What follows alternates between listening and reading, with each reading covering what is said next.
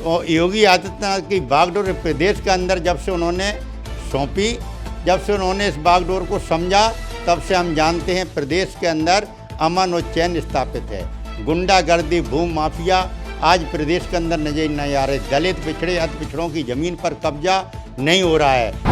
धनगर साहब का स्वास्थ्य होने के कारण उन्होंने कहा, साफ उन्होंने लेटर में जाहिर किया, हमारा स्वास्थ्य गड़बड़ है, क्योंकि बड़ा पद है, उपराष्ट्रपति का बहुत बड़ा पद होता है, इसलिए उन्होंने देखते हुए इस्तीफा दिया है। अब वो बीजेपी का है। देखिए, धनगर जी बहुत सुलझे हुए राजनीतिक भारतीय जनता पार्टी का चेहरा है। नमस्कार, आप देख रहे हैं 24 अड्डा न्यूज। मैं हूं आपके साथ शुभम अवस्थी। दोस्तों, सदन में जिस तरीके से मानसून सत्र की शुरुआत हुई थी, शुरुआत होने के बाद से ही जिस तरीके से उपराष्ट्रपति जगदीप धनखड़ ने इस्तीफे का ऐलान कर दिया है, उनके इस्तीफे ने राजनीति में एक सियासत सिला दी है।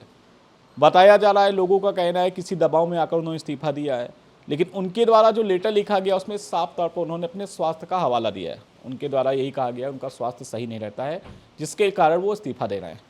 फिलहाल दोस्तों, बहुत सारे ऐसे सवाल भी विपक्ष के द्वारा खड़े किए जा रहे हैं। उन्हीं सारे सवालों पर बातचीत करने के लिए हमारे साथ इस वक्त प्रेमचंद कश्यप जी मौजूद हैं। इनसे हम बातचीत करूँ जानेंगे।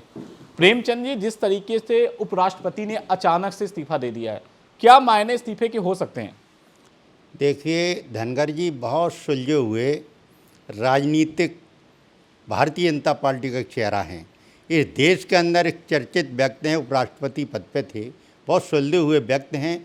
लेकिन हम इतना जानते हैं, धनगर जी ने कोई वैसे इस्तीफा नहीं दिया। एक राष्ट्रपति उपराष्ट्रपति पद का बहुत बड़ी गर्मा होती है, बहुत बड़े काम होते हैं। उनका स्वास्थ्य खराब होने के कारण उन्होंने जिम्मेदारी न संभालते हुए, क्योंकि सरकार के लिए कोई गलत मैसेज न जाए, इस कारण उन्होंने इस्तीफा दिया है। और इस पर एनडीए सरकार विचार करेगी, और अभी इस्तीफा दिया भी स्वीकार नहीं हुआ है, लेकिन इस पर विचार किया जाएगा। अच्छा, विपक्ष के द्वारा बहुत सारे सवाल खड़े किए जा रहे हैं कि धनखड़ साहब मीटिंग रखते थे, बीजेपी के लीडर जाते नहीं थे, जेपी नड्डा नहीं जाते थे, किरण रिजिजू नहीं जाते थे। बहुत सारे आरोप विपक्ष के द्वारा लगाए जा रहे हैं। देखिए, नेता लोग जाते हैं, अब व्यवस्थाएं ज़्यादा होती हैं सरकार में, आप भी जानते हो। ज़्यादा व्यवस्थाएं होने के कारण अगर बाहर कहीं कार्यक्रम लगा है तो कुछ नेता पहुंचते हैं, कुछ नहीं पहुंचते हैं। लेकिन विपक्ष को एक मुद्दा चाहिए, विपक्ष को मुद्दा मिल गया, लेकिन वो अभी 1-2 दिन के अंदर आपके सामने मीडिया पे खुद आ जाएगा क्या सच्चाई है क्या नहीं है। लेकिन विपक्ष मुद्दा ढूंढती है, ऐसा कोई वो नहीं है। धनगर जी बीजेपी के हैं, वरिष्ठ नेता हैं, रहेंगे, और हमेशा वो बीजेपी की विचारधारा को लेकर वो काम करते रहेंगे। एक कांग्रेस के नेता हैं दानिश अली, वो कह रहे हैं कि योगी आदित्यनाथ को उपराष्ट्रपति बनना चाहिए अब। अरे भाई, अब ये लोग तो सब कहते रहेंगे, समझ रहे आप। योगी आदित्यनाथ जी एक प्रदेश, पूरा प्रदेश चला रहे हैं, और 2-2 बार वो प्रदेश चलाने में सक्षम रहे। और योगी आदित्यनाथ की बागडोर प्रदेश के अंदर जब से उन्होंने सौंपी, जब से उन्होंने इस बागडोर को समझा, तब से हम जानते हैं प्रदेश के अंदर अमन और चैन स्थापित है। गुंडागर्दी, भूमि माफिया आज प्रदेश के अंदर नजर नहीं आ रहे। दलित, पिछड़े, अति पिछड़ों की ज़मीन पर कब्जा नहीं हो रहा है। बहन बेटियों की इज्जत आबरू आज सुरक्षित है। तो वो कांग्रेस वालों को तो मुद्दा चाहिए भाई। अच्छा, लेकिन कांग्रेस के जो काफ़ी नेता ऐसे हैं जिनके द्वारा कहा जा रहा है कि धनखड़ साहब अगर बीमार रहते तब भी सदन में आते थे, अचानक से इस्तीफा, क्या कुछ अंदर पक रहा है, कुछ गड़बड़ चल रहा है क्या अंदर?